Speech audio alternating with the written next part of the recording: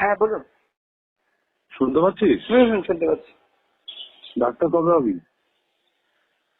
মানে মানে তুই পাস কবে করবি? ইন্টার্নশিপ কবে তোর? ইন্টার্নশিপ কমপ্লিট হবে মে মাসে। মে মাসে? তার যদি সার্টিফিকেটটা না পাস তাহলে কি হবে? কেন? করবি তো 10 বার করে মেডিকেল কাউন্সিলে? কেন কি নির্পক্ষতা বলছি যে চন্দ্রমণি ঝাড় নাম শুনেছিস? ওটা আপনি দিয়েছিলাম 1 বছর পরে কি গেছে? ও তো কি দিয়ে গেল? আমি তো কিছু করিনি দাদা, কেন কি হয়েছে? বোকা চালা, তুই কিছু করিস বিএসএ করিস। আমার নাম বিরূপাক্ষ বিশ্বাস, না শুনেছিস? শুনিস নি? না তো দাদা। শুনবি কি শুনবি? সময় শুনবি যখন যেদিন ঢুকে সবাইকে তাড়িয়ে দেবো মেন বয়স থেকে, সেদিন শুনবি, সেটা অন্য ব্যাপার। হ্যাঁ তুই বিএসএ করতে চাস, কি করিস না করিস আমার ভুলি কোনো মাথা ব্যথা নেই, ঠিক আছে? কর ভালো করে, যা করার কর, কিন্তু কলেজের বাইরে কর, 1 নম্বর। দ্বিতীয়ত, তুই যদি কথা না শুনিস আমি তোকে 2 বার ফোন করবো, আমি কাউকে 2 বার ফোন করি না। তো আমি কে সেটা তো প্রিন্সিপালকে গিয়ে জিজ্ঞাসা করে নিবি। তুই প্রিন্সিপাল আছে, ডিন আছে, আর কে আছে তোর কলেজে, জিজ্ঞাসা করে নিস। তৃতীয় কথা, ঠিকঠাক কথা না থাকলে তোর রেজিস্ট্রেশন আসতে দেবো। কি হয়েছে? এটা মাথায় রাখিস, ঠিকঠাক না থাকলে তোর রেজিস্ট্রেশনটা আটকে দেবো, এরকম আমার গ্যারান্টি দিস, ঠিক আছে? 1 বছর কোর্টে করবি, চাস এসব নাকি যাস না, কোনটা? আর আমার নামে যদি কমপ্লেন লিখতে হয়, নামটা লিখে নে, ডক্টর বিরূপাক্ষ বিশ্বাস। আবারও বললাম তোকে আমি, ঠিক আছে? তোর মেইন বয়েজ হস্টেলই তুলে দেবো আমি, 500-600 ছেলেকে নিয়ে গিয়ে, সব এমবিবিএস পড়ে, বাইরে ছেলে ঢোকাবো না।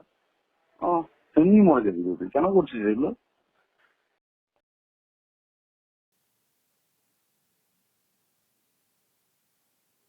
দর্শক, এটা একটা কল রেকর্ড ভাইরাল হয়েছে, আমার কাছেও এসছে। শেষে তো একটা নামও শুনলেন, নিজের নামটাই বললেন, ডক্টর বিরূপাক্ষ বিশ্বাস। তো যার ছবিটা এখানে দেওয়া আছে, উনি কিনা সেটা বলতে পারবো না। আমার কাছে যেটা এসছে এইভাবেই এসছে, এই লেখা টেকা ছবি টবি যেটা এসছে আমার কাছে ভাইরাল হয়ে, আমি সেটা আপনাদেরকে দেখাচ্ছি।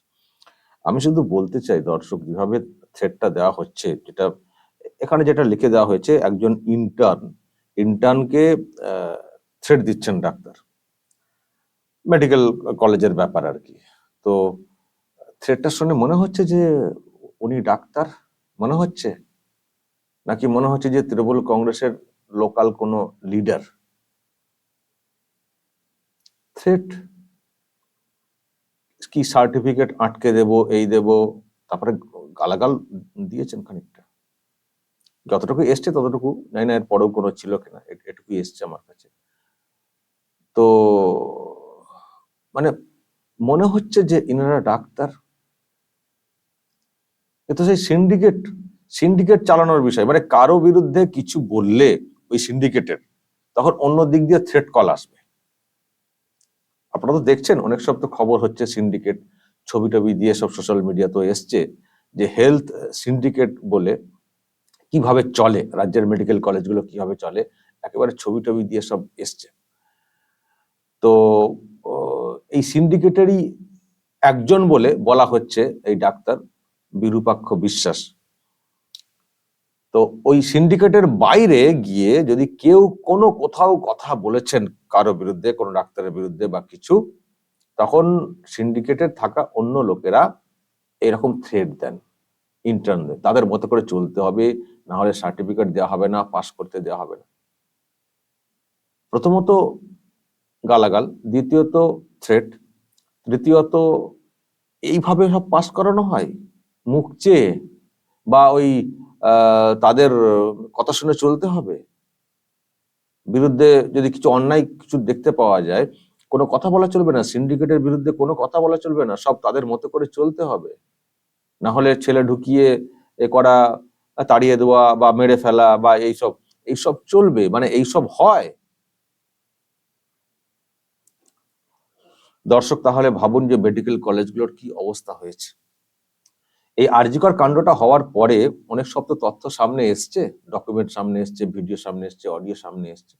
তাতে করে আমরা যেটুকু জানলাম, আপনারাও নিশ্চয়ই জেনেছেন দর্শক, যে মেডিকেল কলেজগুলোকে আমরা যেরকম ভাবতাম দূর থেকে, আর সেরকম লাগছে না। যেন মনে হচ্ছে মেডিকেল কলেজগুলো হচ্ছে দুষ্কৃতীদের আখড়া এবং সেফ জোন, কারণ যেহেতু মেডিকেল কলেজ বেশি কিছু ইয়ে করা হয় না, তো এবং নজরদারিও মনে হয় ঠিক করে হয় না। মেডিকেল কলেজ মানে ভালো ভালো সব ছেলেমেয়েরা থাকে, এরকম একটা ধারণা নিয়ে থাকা।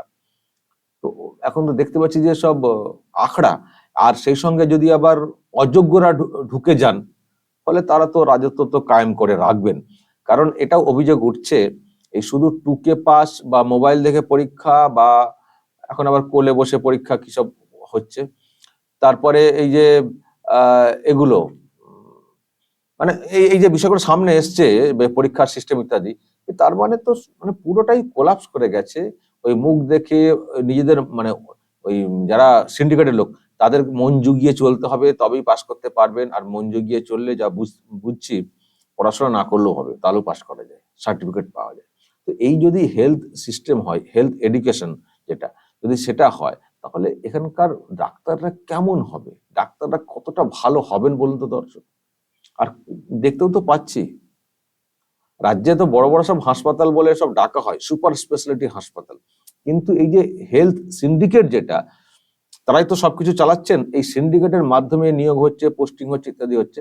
তো এর ফলে কি দাঁড়াচ্ছে, এর ফলে যেটা দাঁড়াচ্ছে, চিকিৎসা পরিষেবার যে মান, গুণগত যে মান, সেটা দিন দিন খারাপ হয়ে যাচ্ছে, ভুল চিকিৎসা হয়ে যাচ্ছে। আমি তো আগের দিনই বলছিলাম যে আমাদের বাংলার স্বাস্থ্য পরিষেবার হালটা এমন হয়ে গেছে, এখানে ডাক্তার দেখালে, বড় বড় বড় বড় হাসপাতাল, কিন্তু পিজি মেডিকেল বড় বড় হাসপাতালে ডাক্তার দেখালে ডাক্তাররা বলে দিচ্ছেন একে অপারেশন করতে হবে এক্ষুনি, না হলে বাঁচবেন না।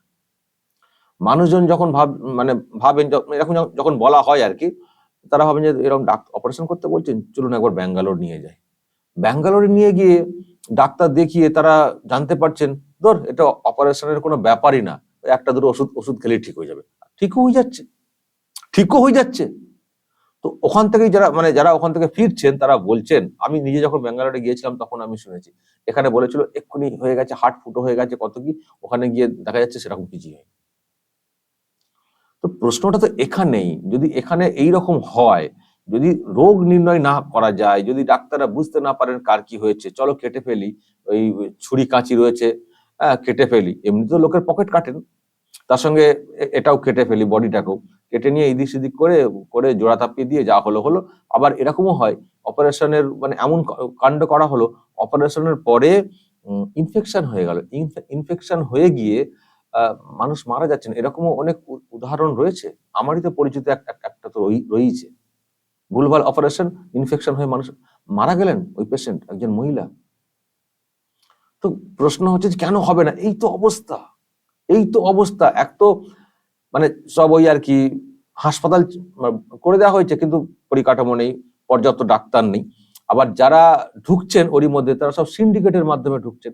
সিন্ডিকেটের মাধ্যমে ঢোকা মানে হচ্ছে অযোগ্য, যোগ্যরা সিন্ডিকেটের দিকে তারা যাবেন না, অযোগ্যরাই লোকজন ধরে ঢোকার চেষ্টা করবেন, তারা অন্যভাবে শাসককে পুষিয়ে দেন, তো সেই জন্য তো এদের উপরে নির্ভরশীল হয়ে গেছে হাসপাতালগুলো।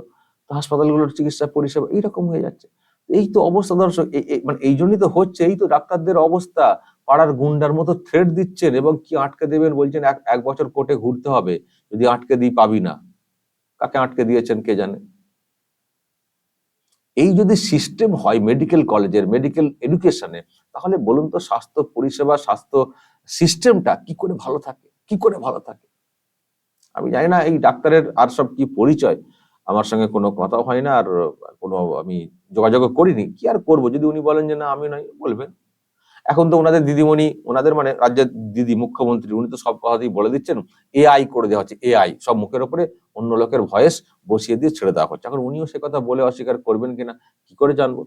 সে যাই হোক, আমি এটা ভাইরাল হিসেবেই পেয়েছি, আমি সত্যতা যাচাই করতে পারছি না, সম্ভব না, ওই এআই কিনা অত টেস্ট কি করে করব। ভাইরাল হয়ে এসছে, আমি কানে শুনেছি, শুনে আমার খুব অবাক লেগেছে যে ডাক্তাররা এইরকম হুমকি দিচ্ছেন। হ্যাঁ, ডাক্তাররা এইরকম হুমকি দিচ্ছেন, তাহলে এরা কি ডাক্তার, এরা আদৌ ডাক্তার না গুন্ডা? তো শুনে আমার মনে ওইরকম রিয়াকশন হয়েছিল, আমি সেই জন্য আপনাদেরকেও শোনালাম যে দেখুন দর্শক, রাজ্যের শিক্ষা ব্যবস্থার কি হাল। আসলে যিনি এই শিক্ষা বলছে, স্বাস্থ্য শিক্ষার কথা বলছে, ওই শিক্ষাও ভোগে চলে গেছে, ছেড়ে দিন। তো আসলে কি জানেন তো দর্শক, যে যেমন যোগ্য তার সেইভাবে পদে থাকা উচিত। মুখ্যমন্ত্রী তো অযোগ্য, সে তো আমরা বলেই দিয়েছি। আর মুখ্যমন্ত্রীর আন্ডারে আর রয়েছে স্বাস্থ্য দপ্তর। আচ্ছা, উনি কি বোঝেন স্বাস্থ্যের? কি বোঝেন? স্বাস্থ্য দপ্তর সামলানোর মতো কি ওনার দলে কেউ নেই? কোনো ডাক্তার নেই অ্যাটলিস্ট? উনি স্বাস্থ্য দপ্তরে, উনি স্বাস্থ্যের কি বোঝেন? কিছু বোঝেন? উনি দপ্তর সামলাচ্ছেন, দপ্তর নিয়ে রেখে দিয়েছেন। তো যা হবার হচ্ছে, যা হবার হচ্ছে। উনি নাকি আইনজীবী হয়েছিলেন, কি করে আইনজীবী হয়েছিলেন কে জানে, কি করে পাস করেছিলেন কে জানে। তো এখন ওনার আন্ডারে হেলথ ডিপার্টমেন্ট, এখন হেলথ ডিপার্টমেন্টও এরকম পাস ফেলের এরকম সিস্টেম, মন জুগিয়ে চলা, মন জুগিয়ে ব্যাপার, কথা মতো চলতে হবে, না হলে পাস হবে না। আর মন জুগিয়ে চললে আমার মনে হচ্ছে যে না পড়েও পাস করা যায়। তো এই তো হচ্ছে ব্যাপার, সব কোলাপস করে গেছে। দর্শক, আমরা কেন বলছি কদিন ধরে যে আরো আমাদের অন্য কোনো দাবি নেই, দফা এক, দাবি এক, মমতার পদত্যাগ। কেন বলছি কথাটা? কারণ একেবারে অযোগ্য একজন বসে রয়েছেন এই চেয়ারে, তাকে সরাতেই হবে, না হলে কোনো উপায় নেই। এই এত চিৎকার চেঁচামেচি সব হচ্ছে, দেখবেন একটা সময় গিয়ে সব চুপ হয়ে যাবে, চুপ হয়ে যাবেন তো অনেকে, আর উনি আবার তার ওনার মতো করে চলতে থাকবেন। এটা তো চলতে পারে না। সেই জন্য বলছি যে চুপটুপ আর হওয়া যাবে না, পদত্যাগ করিয়ে চুপ করতে হবে, আর ঠিক জায়গাতে গিয়ে আঘাত করতে হবে। 27 তারিখের আঘাতটা ঠিক মতো হয়নি, আবারও নিশ্চয়ই ডাক আসবে, সবাই তৈরি হবেন যেন ওই ডাকে সবাই আমরা সাড়া দিই। এনাকে সরাতেই হবে দর্শক, যখন অন্য কোনো উপায় নেই, ডাইরেক্ট পদত্যাগের দাবি করে সরাতেই হবে। তো বলবেন ব্যাপারটা আপনাদের কেমন লাগলো, দেখে শুনে কি মনে হলো এটা এটা ডাক্তারের কথা, ডাক্তারদের ভাষা এইরকম? হ্যাঁ, এবং ইন্টার্ন, তারাও শিক্ষানবিশ, মানে শিক্ষানবিশ ডাক্তার, ইন্টার্নশিপ করছেন, তাদেরকে এরকম থ্রেট দিচ্ছেন।